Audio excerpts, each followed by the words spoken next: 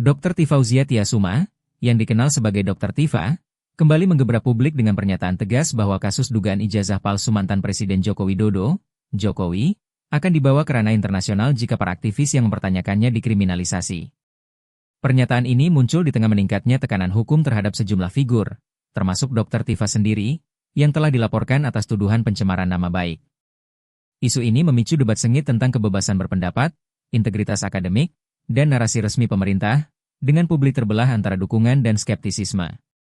Pernyataan tegas Dr. Tifa. Dr. Tifa, seorang ahli epidemiologi molekuler dan pegiat media sosial, menyuarakan posisinya melalui unggahan di platform X pada April 2025. Ia mempertanyakan kesiapan Jokowi jika kasus ini melibatkan lembaga forensik internasional dan organisasi hak asasi seperti Amnesty International, terutama jika akademisi dan aktivis yang menggugat secara ilmiah justru menghadapi kriminalisasi. Apakah JKW siap jika kasus ijazah dibawa ke digital forensik internasional lanjut ke Amnesty International? Karena para akademisi yang mempertanyakan secara ilmiah malah dikriminalisasi, tulisnya, menambahkan bahwa laporan telah masuk ke Organized Crime and Corruption Reporting Project, OC, dan berpotensi dilanjutkan ke International Criminal Court, ICC. Dr. Tifa menegaskan bahwa langkah ini bukan sekadar ancaman, melainkan respons terhadap apa yang ia sebut sebagai penghancuran marwah ilmiah melalui penyalahgunaan hukum. Ia mengindikasikan akan bekerja sama dengan peneliti diaspora dari Amerika, Eropa, dan Australia, serta lembaga forensik internasional, untuk menguji keabsahan ijazah Jokowi dari Universitas Gadjah Mada, UGM.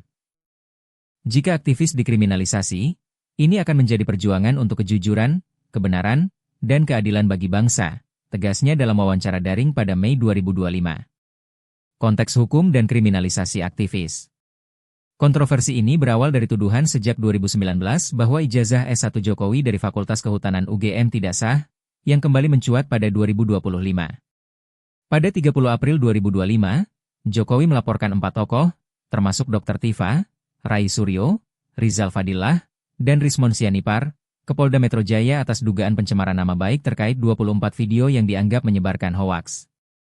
Dr. Tifa mengaku diperiksa dengan 61 pertanyaan, sebagian tidak relevan dengan kasus, sementara Rai Suryo, perancang UU ITE, menyatakan keberatannya atas penggunaan undang-undang tersebut untuk membungkam kritik akademik.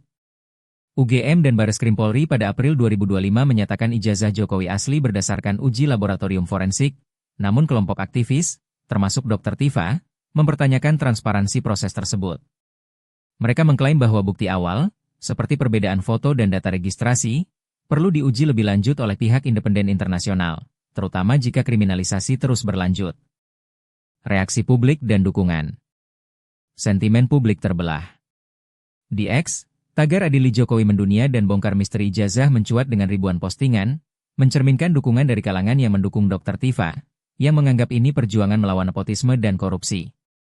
Namun, pendukung Jokowi menyebut ini fitnah yang merusak citra nasional. Seorang netizen menulis, Dr. Tifa berani lawan kebohongan, ini bukti demokrasi masih hidup, sementara yang lain menyebut, ini cuma sensasi, ijazah sudah dibuktikan asli. Aktivis seperti Boyamin Saiman dari Maki mendukung langkah Dr. Tifa, menilai kriminalisasi aktivis adalah upaya membungkam kebenaran. Sebaliknya, kalangan pro-pemerintah, termasuk PDIP, menilai langkah ini sebagai ancaman terhadap stabilitas, mengingat Jokowi telah menyelesaikan masa jabatannya.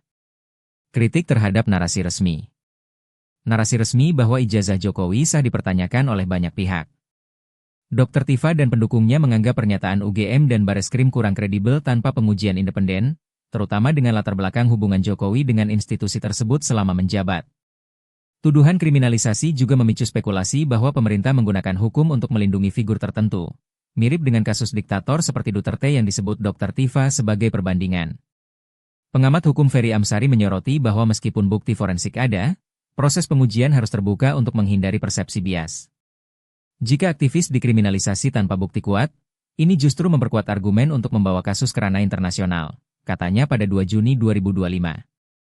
Implikasi politik dan internasional. Langkah Dr. Tifa memiliki implikasi besar. Jika kasus ini benar-benar dibawa ke ranah internasional, seperti yang diancamkan, ini bisa memicu sorotan media global seperti BBC atau Al Jazeera, yang berpotensi memperburuk citra Indonesia di mata dunia.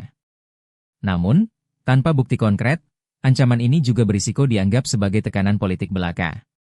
Di dalam negeri, Langkah ini bisa memengaruhi dinamika politik pasca Pilpres 2024, terutama dengan pemerintahan Prabowo yang kini menghadapi tekanan untuk menjaga stabilitas. Jika kriminalisasi berlanjut, dukungan publik terhadap aktivis seperti Dr. Tifa bisa meningkat, membuka peluang baru bagi oposisi. Dr. Tifa tegas menyatakan bahwa kasus ijazah Jokowi akan dibawa ke ranah internasional jika para aktivis dikriminalisasi, sebuah ancaman yang mencerminkan ketegangan antara kebebasan berpendapat dan kontrol pemerintah.